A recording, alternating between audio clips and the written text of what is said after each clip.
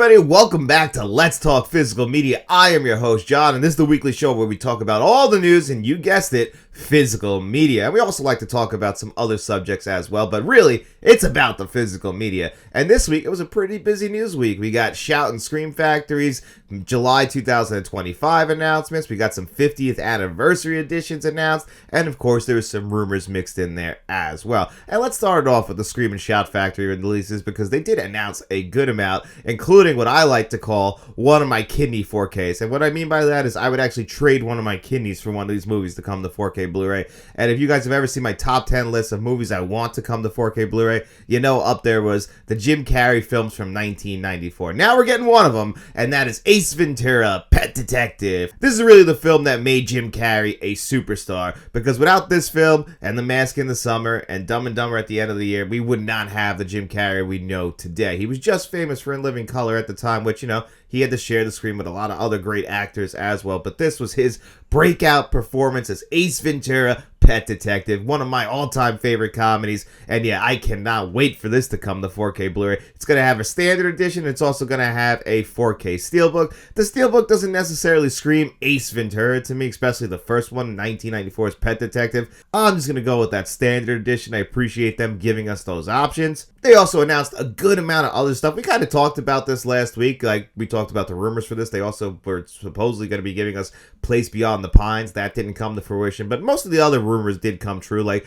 Battle Beyond the Stars. That one's going to be coming to 4K Blu-ray. Primary Colors is going to be coming to 4K Blu-ray. Alexander is going to be coming to 4K Blu-ray. I know people are excited about that. The Walter and Gromit collection is going to be coming to 4K Blu-ray. Strangers with Candy is going to be coming just the standard Blu-ray. And then one I was kind of surprised about, we talked about this last week, Grave of the Fireflies. That was rumored to be coming to 4K Blu-ray, but it's just going to be coming to Blu-ray and a new Blu-ray Steelbook. I already have it on Blu-ray, so I don't really see a reason for me to upgrade that. If it was coming to 4K Blu-ray, I'd be like, yeah, I'll get that day one, but I'm not too sure why they didn't go the 4K Blu-ray route with that. They also announced a couple of new Steelbook releases, like The Last Voyage of the Demeter and RoboCop 2 coming to 4K Steelbook. And this RoboCop 4K 2 Steelbook, love the colors on it, love the idea of it, but RoboCop's face on it, I don't know how that got past everybody. Nobody saw that. He's like, it just doesn't make much sense. That's like a really big flaw. I mean, I wasn't going to grab it anyway, but this is obviously trying to just make some money for Shout Factory because, I mean, these have already been released on 4K Blu-ray last year, so now them coming to 4K Steelbook this year. It's a lot of like what the major studios are doing. They're trying to, you know, capitalize on the steelbook collectors out there. I get it from a business perspective, but it would have been cool if you would have done these when the movies came out and gave people the option then, but also I do understand it. So it makes sense. It's just, don't love that RoboCop steelbook for the most part just because of the face. I mean, the colors are great. I mean, it was a great idea. Just didn't work out in my opinion, but those are coming to 4K Steelbook as well. They also announced, Scream and Shout Factory, that they're going to have a new sub-label called the Hong Kong Cinema Classics, which we talked about earlier when they got the rights to these films, and now they're officially making a sub-label, and they're going to have their own separate physical releases away from the regular physical Shout releases, and they're also going to have digital releases. This is pretty cool. They also look like they're going to have their own 4K Ultra HD label on there. It's going to be starting in July with the Jet Li 5 film collection. City on Fire will follow after that, and then Peking Opera Blues after that. So those are the first three that'll be coming to physical media, and then they have plenty announced to come to digital, which does include Hard Boiled. So I imagine Hard Boiled will get a physical media release sometime down the line, but it will have, I guess, its new scan just on digital. That's pretty cool for the physical media collectors like ourselves. That just gives us hope that we'll be getting Hard Boiled on 4K Blu-ray. But hey, we're getting this subgenre. If you're a big fan of Hong Kong cinema classics, those classic action films that really made John Woo who he is today, you know, people might know him for Mission Impossible 2, Face Off, and Broken Arrow, but he really got started in Hong Kong with some of the greatest action films of all time. So it's pretty cool to see those coming to 4K Blu-ray. Finally, it's just, you know, we got to wait a little bit longer for some of the big ones, but if you're a huge Jet Li fan, July 29th, I believe, is the day for that first 5-film collection. So that's pretty damn awesome. And this past Tuesday, Lethal Weapon was supposed to come out on 4K Steelbook and a standard edition that we had never seen any artwork on. I said last week on the show, I don't think that's coming. I don't know why they had that as an April 29th release date. It was coming from the same studio who did the 3 Clint Eastwood 4K Blu-rays, Warner Brothers, who came out this past Tuesday. No issue with those. Those were some fantastic 4K Blu-rays, by the way, but Lethal Weapon was supposed to come out that day as well. I had a Groove pre-order in, and once it didn't ship, by Saturday, I knew it wasn't coming. And then finally, actually, on the day it was supposed to come out, Warner Brothers finally officially announced it and showed us what the standard edition is going to look like. Got confirmed it's going to have a new Dolby Atmos track and the original theatrical audio. Very similar to what Warner Brothers has been doing with all their releases since late last November, like North by Northwest and Terminator, and then all three of those Clint Eastwood 4K Steelbooks that came out and 4K Blu-rays that came out this past week. Pale Rider, The Outlaw, Josie Wells, and Dirty Harry did the exact same thing. I'm loving what Warner Brothers is doing with the audio. Glad to see that is going to be carrying over to the brand new Lethal Weapon 4K Blu-ray that now is confirmed for June 24th, which again is a crazy hack day when it comes to 4K Blu-ray releases. So add Lethal Weapon to the list, and for me, Lethal Weapon being one of my top 10 favorite films of all time, it goes right to the top of the list. Obviously, I would have liked to have it April 29th, but that's fine. And the standard edition, it looks pretty good. I actually think I like the artwork more than the Steelbook edition, but I already have the Steelbook pre-ordered, so I'll still just go with that. And it sounds like the disc is going to be pretty good. I wish that the Steelbook design was a little bit better. I got hope that there's still a little bit of time that they'll actually give us a new Steelbook design for this one. But I'm just glad that we finally have some official information out on this one. Not like just like some information trickling out and, you know, kind of misleading all of us. I just knew it wasn't coming out on April 29th. But man, I really did want it. I love Lethal Weapon. So I'm glad that we're finally going to be getting that one on 4K Blu-ray. What do you guys like more? Do you like the Steelbook edition or do you like the regular standard edition? The standard edition, it looks closer to the movie poster while still, you know, they just couldn't go directly with it, where I'm like, I guess I'll just stick with the Steelbook.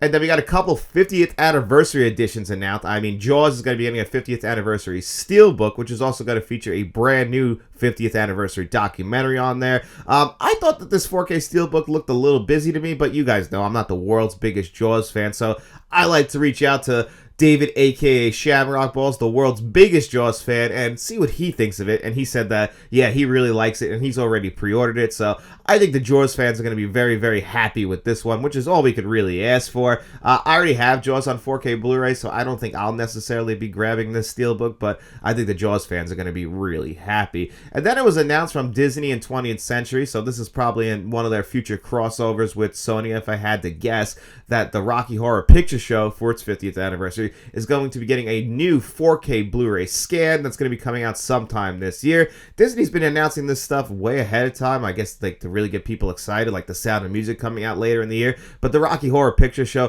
one of the kings of the midnight movie scene, that's really when this movie became really famous. It wasn't necessarily famous right out of the gate, but it is one of those beloved films of the 1970s. When Halloween rolls around, people still dress up as these characters. Made a name out of Meatloaf, one of my all-time favorite singers, and of course, this is probably where most people first found Tim Curry. I found Tim Curry in the I found Tim Curry in Home Alone 2 for the first time, but, you know, really where he stuck out in my mind most was in the 1990, miniseries that came out, so even though I didn't see that when it first aired as well, but still, you know, I always think of him, beat. So I thought that was pretty cool as well. And you know what's pretty funny is that Pale Rider came to 4K Blu-ray this past week, and a lot of people compare that movie and also the film Logan to the film Shane from, I believe, 1953. Was it 53? I think it's 53. Well, that's going to be coming out on 4K Blu-ray from Kino Lorber on July 15th. So is 2025 the year of the Western? I mean, we're getting so many. We're getting the Dallas trilogy on 4K Blu-ray. Hopefully this month we're getting the first two, and then next month we'll get the Good, the Bad, and the Ugly. We just got Tombstone on 4K Blu-ray, The Outlaw Josie Wales, and then, of course, Pale Rider. And now we're going to be getting Shane on 4K Blu-ray. Yeah, I think 2025 truly is the year of the Western. And I'm a huge Western fan, so I couldn't be happier. So I'll definitely be grabbing Shane on 4K Blu-ray in July as well. And Vinegar Syndrome announced their stuff this week as well. And, you know, it's their halfway to Black Friday sale. So if you're a big fan of Vinegar Syndrome, I would jump on that. You know, I've kind of cooled on them a little bit. That's why we don't really talk about them too much on this show. But they do have two films that have me intrigued. The Golden Child coming to 4K Blu-ray. That's one of Eddie Murphy's forgotten films. And then Dirty Work, directed by Bob Saget and starring Norm Macdonald. This is actually a movie I personally love. It's stupid as hell. I know that. But they've not only restored this film, but they apparently have restored the lost cut. They even put a video out about it on YouTube. I think that's awesome. So I might have to grab Dirty Work on 4K Blu-ray. I know a lot of people think that movie's very, very stupid, and I get it. But, you know, I'm not going to sit here and lie and say that I didn't get some big laughs out of that one, and I might end up grabbing that 4K Blu-ray at some point. I don't know if it'll be a day one release for me, but I definitely think I'll end up grabbing that one. I'm pretty excited. And The Golden Child. I know people who love The Golden Child. I know my wife's actually pretty excited about that one, so that's always a good thing. And then a couple of rumors to end out the show. Like we've talked about Sunset Boulevard coming to 4K Blu-ray. It seems like now it's going to be coming out on August 5th. That's probably Billy Wilder's most famous film. That and Some Like It Hot. Some Like It Hot just got a 4K Blu-ray release from the Criterion Collection. But Sunset Boulevard is one that I've been personally waiting to get my hands on 4K Blu-ray. So I'm pretty damn excited about that. And the rumors, we keep getting more and more information, so it seems like it's going to be true. And another one that's pretty big, if you guys have been following this channel for a good amount of time, there's a video on this channel that me and my cousin Dennis did. If you guys watch the Let's Talk Morning Show, he's on there with me. And, obviously we're big wrestling fans, but we also both kind of share a love for the film Spawn from 1997.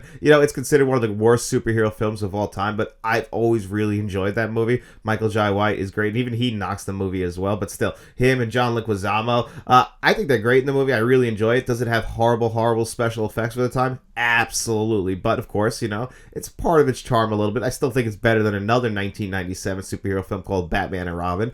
Well, it looks like Arrow Video is going to be releasing that on 4K Blu-ray sometime this year. They pretty much announced it with a nice little teaser, so I'm very excited about that as somebody who loves that movie, so that's a day one release for me when that comes out. Yes, it is playing with my nostalgia. I had a lot of Spawn toys when I was a kid, so I get it. And this month is another one that might not be for everybody, but man, I couldn't be more excited for Spawn to be coming to 4K Blu-ray, so we should get some more information on that in the upcoming months as well. But that's it as far as the news goes for this week on Let's Talk Physical Media. I just want to touch on one little subject that's not movie related. It's kind of video game related, but it kind of plays into physical media as well, because you guys can see the Xbox Series X right behind me. Well, Microsoft announced this week that the Xbox Series X, which I bought right there in 2020, is going to be increasing in price from $500 to $600, and the Series S is the same thing. It's going to be increasing $80, and then the holiday season video games are going to be going up from $60 to $80 as well, following suit with what Nintendo was doing with the Nintendo Switch 2, also having their games come out at $80. And you know what? As a physical media channel, this does make me worried, because we've talked about the rising costs of physical media, 4K Blu-rays, tariffs play a big part in this as well.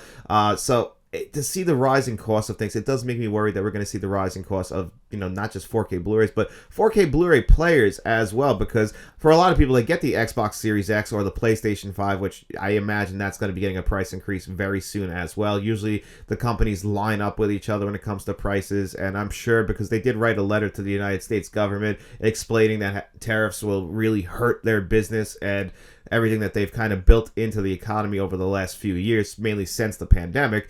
And so I expect PlayStation to follow suit with this as well. So that means that people who buy these consoles to watch their 4K Blu-rays are now going to see a price increase. Now, if you guys grew up in the 90s and even in the 2000s, you remember that video game console generations, usually at this point, either they're getting ready to give us new consoles or they drop the cost of the old ones and give us like a mid-generation upgrade. Actually, Sony has done this, but Xbox didn't. So now you're going to be spending $100 on a console that's 5 years old with the same parts in it. That's absolutely ridiculous, in my opinion. And honestly, it completely turns me off of the video game industry, because it essentially has priced me out. I don't know how you guys feel about this, but you guys know how much I love collecting physical media. That's something that costs me a good amount of money. I love my movies first. I can't have a hobby where I spend that much money. Given I haven't played that much video games over the last couple of years, but I know so many people who watch this channel who play video games, and like John Doe Juggalo, he's a huge gamer with him and his family, and I just feel like that you're just taking more and more money from the consumer, and that's the people you're hurting most. You're not really hurting you're not hurting the businesses. Like, that's the thing. You're hurting the actual people, the people who want to play video games. Video games is a hobby for a lot of people, just like us movie fans, like something for us to escape into. Like, I used to be the world's biggest gamer. I really was. That was number one over movies. As I got older, I guess maybe maturing a little bit, but also time plays a big factor. It's a lot easier to sit down and watch a 2-hour movie than to play a video game. You got to play in an interval, so it just didn't necessarily work out for me. So it's not something that really hurts me overall. I already have an Xbox Series X, but I just think it's really, really messed up. You're going to really hurt the gamers. And honestly, when you do things like this, like when we talk about the movie industry, when you start increasing the cost for the consumer, you're really just sending the entire industry on a collision course for death. Like, it's like watching a train crash in slow motion.